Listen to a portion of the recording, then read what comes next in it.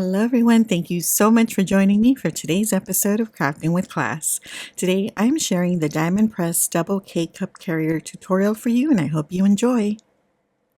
When you purchase this double K-Cup carrier, you're going to receive the instruction sheet which shows you step by step how to assemble everything, and also it's going to give you some ideas for decorating. You get the dies to create the K-Cup carrier and also a big sheet of stamps that are also for decorating, and they're super cute with lots of seals and sentiments and images. So this is a nice comprehensive set. Here's a quick tip. When I get diamond press sets, I like to take a pen and just trace around the shape just so that I know where to put it back, because sometimes I'm like, wait, where did this fit? So that's just a little something I do. Now, what's the difference between the original K-Cup carrier and this one? So here they are side by side. The original K-Cup carrier is on the right, and then this double one is on the left. So as you can see, they're the same width. So if I stack them together, they're exactly the same. So the difference with them is in the height, and of course that this is a double one, so it has double the room. So it has the inserts as well.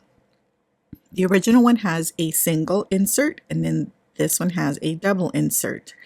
This one measures about 5 inches tall, and this double one measures about 4 inches tall, so it's like an inch shorter. And as far as the width, how much room you have, it is about 4¼ inches across. In length, I should say, in about 2¼ inches in length. So that's the measurements of these. So the double one comes with that double insert, and then the single one comes with the single insert, or the original one, but you can use the single insert in the double one. So that is how I use them for my projects today. So there's a little room there for anything that you want to add. So here they are again, side by side, and you can use them together or not. So let's put it together. Now I've cut all the pieces out in different colors, just hopefully it makes it easier for you to see when I'm assembling it.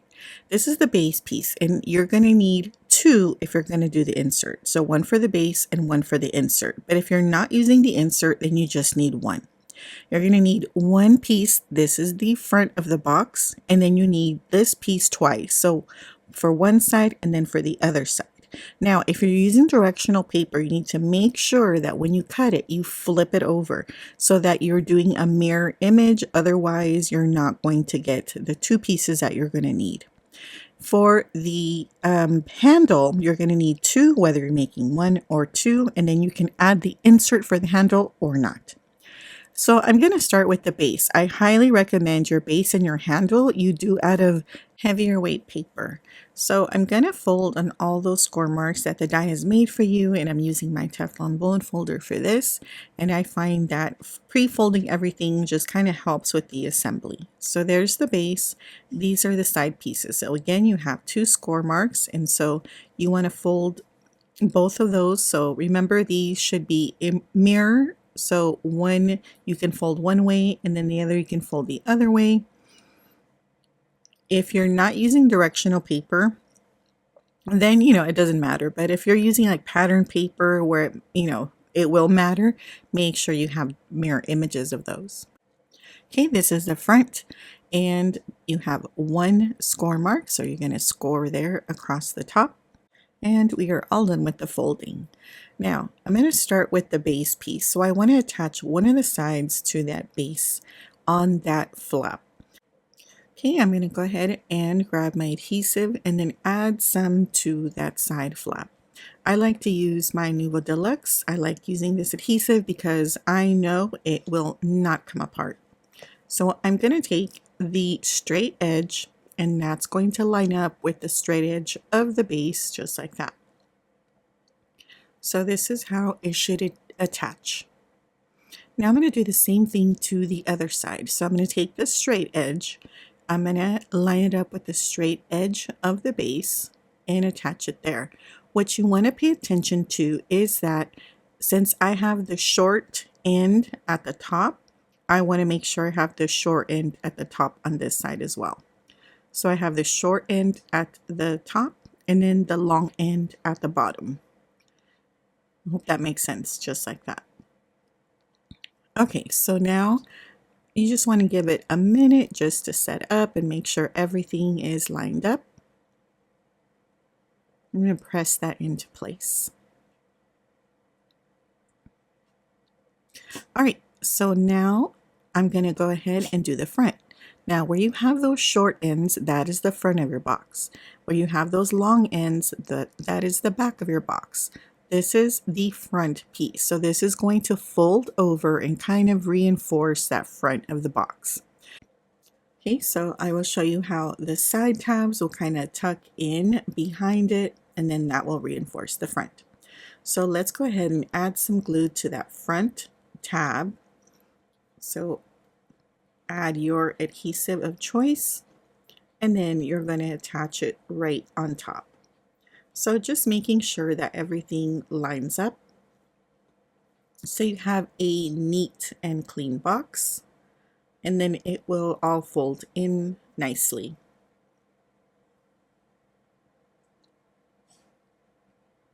Okay, so I'm just folding it just to double check that everything is lined up, and I'm going to give it a second to set. Luckily, the Nuvo Deluxe will set pretty quickly. So now I'm going to go ahead and attach those little side tabs. So I'm going to add some adhesive to those and tuck them in behind the front of the box. Again, just making sure everything lines up, and then just giving it a moment to set. Then I'm going to go ahead and move on to the other side and do the same thing. So I'll add adhesive.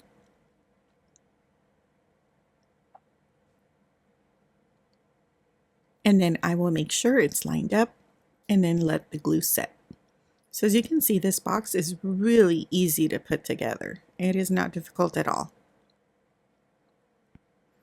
Okay, so then once that is set for a moment, I can take that front flap. So put some glue on that inner flap, and then I'm just going to tuck it over onto itself, and that will reinforce that front edge, and it will also hold down those side flaps too.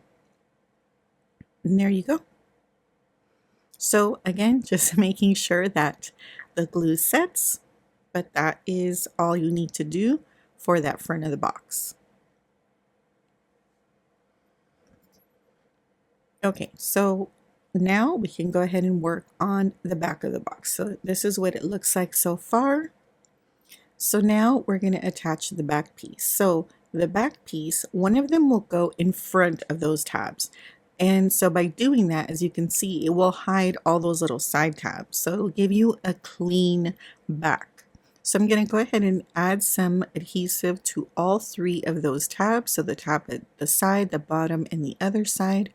And then I like to make sure that the bottom goes all the way to the bottom of the base of the box first. So I try to push it in all the way to the bottom, and then I bring in the side pieces to match up with the sides. So you may need to adjust a little bit, and that's why I also like using liquid glue, so because it gives you that wiggle room so that you can adjust it as needed. So once it is in there and it is straight, this is what it looks like on the back. Then I can take my bone folder and just go ahead and burnish that in, making sure it's secure. All right, and that is it. So this is basically the construction of the box. It is done, super easy. And then of course you're going to add your back panel just to give it a clean back as well. So all sides of the box are finished. So now you just need to decide if you want to leave it like this, add the insert, or make a double one. And of course, the fun part, which is to decorate it and add your goodies. So if you're going to add the insert, this is where you would fold in all four of the tabs, and then just pop it right into the box. You don't need any glue. It will just hold itself inside, just like this. Okay, so here's the difference between the one without that tab cutout of the handle and then with the tab cutout of the handle. Now here are the finished projects that I made that I'm giving to my teacher friends. So this one includes the K-cup, and on the side I decorated it with some Italy things, some Italy postage and a bust of the Statue of David, some Italian chocolates, Italian cookies, a little souvenir, some more decorations. So of course it's Italian themed. I took these little 4-ounce cups from Amazon that I ordered a while back, and I just wrapped it with some washi tape that had some postage themes on it, and then popped in a little macchiato K-cup. But you don't have to use a K-cup. Remember, you can use it however you want. So instead, I did use a little coffee cup, but instead of a K-cup, I used one of these instant coffee packets.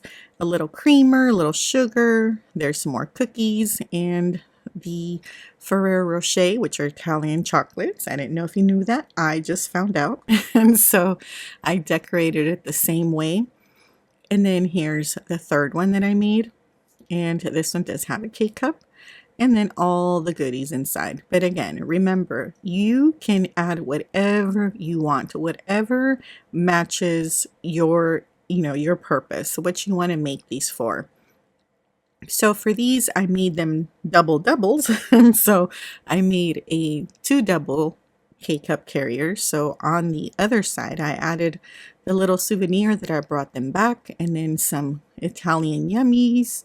And yeah, so this is how the 3 came out. I love how they came out. I just love gifting little gifts because these are just little keychains, nothing big, but it's all about packaging. So remember, you can put hot chocolate packets or little apple cider, or you can put tea instead, or put whatever you want, any kind of treats that would fit in here and delight your recipient. You can even do little soup mixes, little packets, just whatever your imagination can think of, because that's what you're limited by, just your imagination.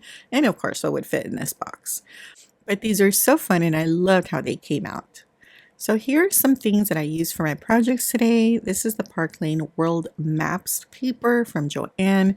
Now, I definitely thought this was way too lightweight, so I definitely recommend you use something a little bit more heavyweight. This is from Hero Art. I've had this for eons, so I don't even know if it's available anymore, but I love it. It's got all these different stamp images from all around the world, and of course I use that Italy one.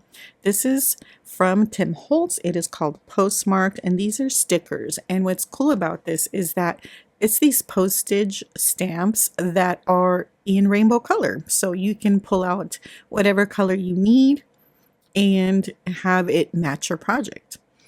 I use this Waffle Flower Postage Collage, just that little airplane one.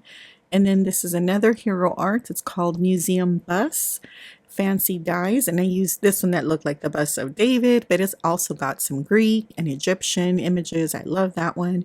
And then this one was from MFT, I believe. And here they are. So I use these things to create my little treat boxes, Italy inspired boxes for my teacher friends, and I cannot wait to give it to them.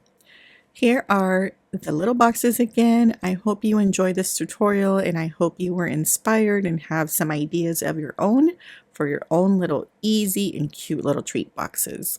Thank you so much for watching, liking, commenting, subscribing. I really appreciate it, and I will see you in the next video. Have a lovely crafternoon. Bye!